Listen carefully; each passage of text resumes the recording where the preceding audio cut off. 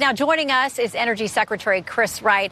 Mr. Secretary, welcome back to the show. I want to read through a couple of things we just got from Trey Yingst, who's just off the phone with President Trump. He says this about the strait. He says, you close the strait and you won't have a country. Reportedly told the Iranians directly, you won't even make it back to your bleeping country. Went on to say, we may take over the strait if we have to. I'll blow the bleep out of them. Where are we this morning with the strait? Because the IRGC keeps saying you're not going to be safe if you try to transit a vessel here. We're saying vessels are making it through.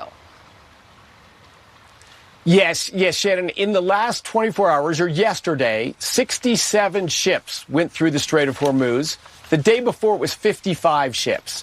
So, and in terms of oil and oil products, about equal to where we were before the conflict. So, yeah, traffic is flowing through the straits quite nicely. Now, that's because of a U.S. military presence.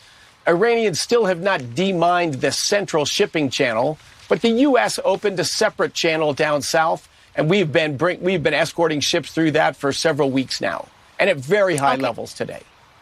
Okay, so one analysis out of Chatham House says this, what was known in theory has now been demonstrated in practice, and there will be no turning back. The Islamic Republic will not forget the tremendous leverage it gained by closing the strait. Neither will it agree to permanently forego the option of resorting to this tactic again. So, as I said, the IRGC keeps telling vessels you're not going to be secure if you come through here. So how do you convince commercial vessels that they are safe enough to resume full traffic there if that threat, whether it's accurate or not, at least hangs over their heads? It does. Iran is still trying to hold the world economy hostage. They're showing what kind of a citizen they are in this world, which is why we entered into this conflict to begin with, to reduce their abilities to spread havoc around the world and ultimately to destroy their nuclear program. I'm thrilled at the progress we've made in that, but Iran is still behaving like Iran. But as I said, in spite of that, we got 67 ships through the Strait of Hormuz yesterday. Were some of them concerned? Sure. Is this thing over and completely done yet? No. But what we're demonstrating to the Iranians is we can have flow of traffic through the Strait of Hormuz with or without them. We can destroy their nuclear program. If they don't want to make any arrangements or any agreements, we can continue to settle these things the way we have. But what's the upside for Iran in that?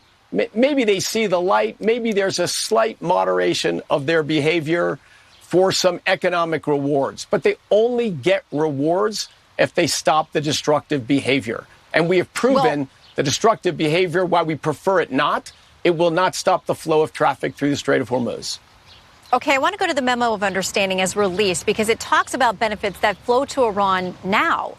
In paragraph 10, it says the United States of America undertakes that immediately upon the signing of this MOU, which has happened, and until the termination of sanctions, the U.S. Department of Treasury will issue waivers for the export of Iranian crude oil, petroleum products and derivatives, and all associated services, including banking transactions, insurances, and transportation. So critics say that's allowing Iran to now continue to benefit and bring in money that during our blockade wasn't going in.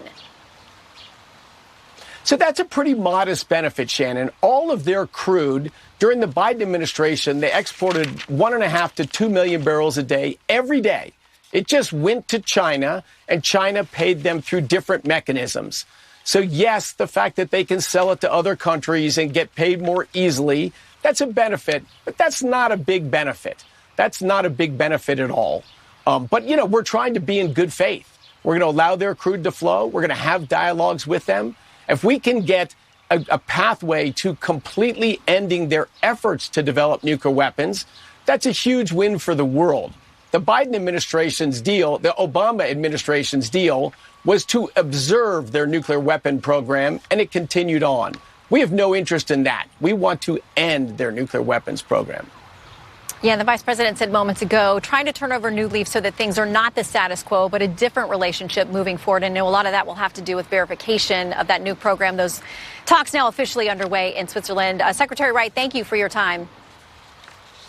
Thank you, Shannon.